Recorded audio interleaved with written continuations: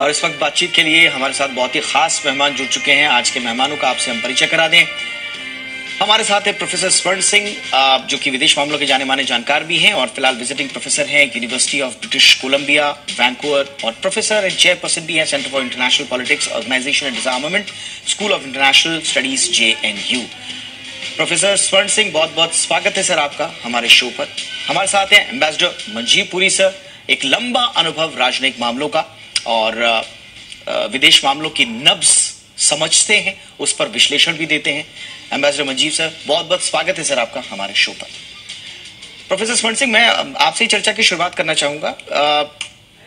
गोवा की जो SCO summit है, इसको लेकर बहुत सारे कमेंट्स भी आए, बहुत सारे कॉलम्स भी लिखे गए, आपने भी इस पर टिप्पणी की होगी, लेकिन क्या कुछ नयापन और खास तौर से पाकिस्तान और चीन के साथ जो जमीन सख्त दिखाई दे रही है, कहीं से उसमें कोई नरमी नहीं है, उस लिहाज से, और थोड़ा सा चीन को हम बाद में चर्चा करें थोड़ा सा, क्योंकि आज बिलावल भुट्टो के साथ जो उनका आगमन था वो ज्यादा चर्चा में है, इसलिए पाकिस्तान के साथ संबंधों के लिहाज से आप कुछ नयापन देख रहे हैं या बिटवीन द लाइंस कुछ नई बात आपको समझ में आ रही है सर? मुझे लगता है भारत इस वक्त G20 और शंघाई कोऑपरेशन ऑर्गेनाइजेशन, दो संगठनों की अध्यक्षता कर रहा है।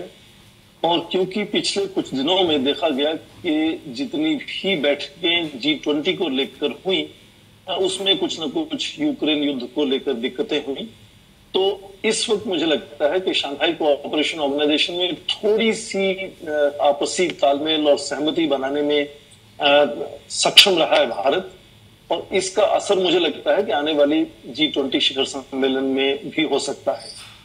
जहां तक चीन और पाकिस्तान की बात है, आप देखें कि चीन के विदेश मंत्री जो आए हुए हैं इस वक्त भारत, वो इससे पहले 27 अप्रैल को भी G20 के विदेश मंत्रियों के सम्मेलन में आए थे।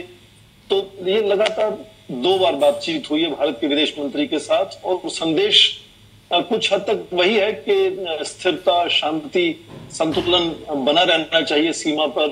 तो उसमें कुछ बहुत ज्यादा उत्साह नजर नहीं आता है, और 18 बैठकें हो चुकी हैं कोर कमांडर्स की, तो एक हद के बाद उसमें भी ठहराव आ गया है। तो मुझे लगता है कि उसमें इस तरह की जो, चाहे वो रक्षा मंत्रियों की बातचीत हो जो 27 अप्रैल को हुई थी, या फिर विदेश मंत्रियों की बातचीत हो, उसमें नया उत्साह इस वक्त मुझे लगता नजर नहीं आता है। स्थिरता की बात होती है। ज्यादा ध्यान मुझे लगता है कि इस वक्त पाकिस्तान पर गया, क्योंकि बिलावल भुट्टो जरदारी इसमें शामिल हुए इस विदेश मंत्रियों के सम्मेलन में, और वो खास इसलिए हो जाता है कि इससे पहले तक पाकिस्तान का रवैया जो है वो भारत की अध्यक्षता जो शंघाई संगठन को लेकर है, वो बहुत ही एक तरह से इंटरेस्टिंग नहीं था, उनका दिलचस्पी नहीं उसमें नजर आ रही थी।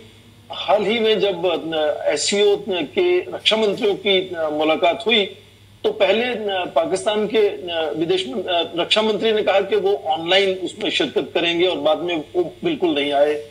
तो इस हालत में वहां के विदेश मंत्री बिलावल भुट्टो का आना अपने आप में मुझे लगता है एक अच्छा संकेत है, और ये शायद ये भी एक तरह से संकेत है कि शायद वहां के प्रधानमंत्री जुलाई में जब शिखर सम्मेलन होगा शंघाई संगठन का, तो शायद उसमें वो शामिल होंगे। तो ये अपने आप में एक अच्छा संकेत है।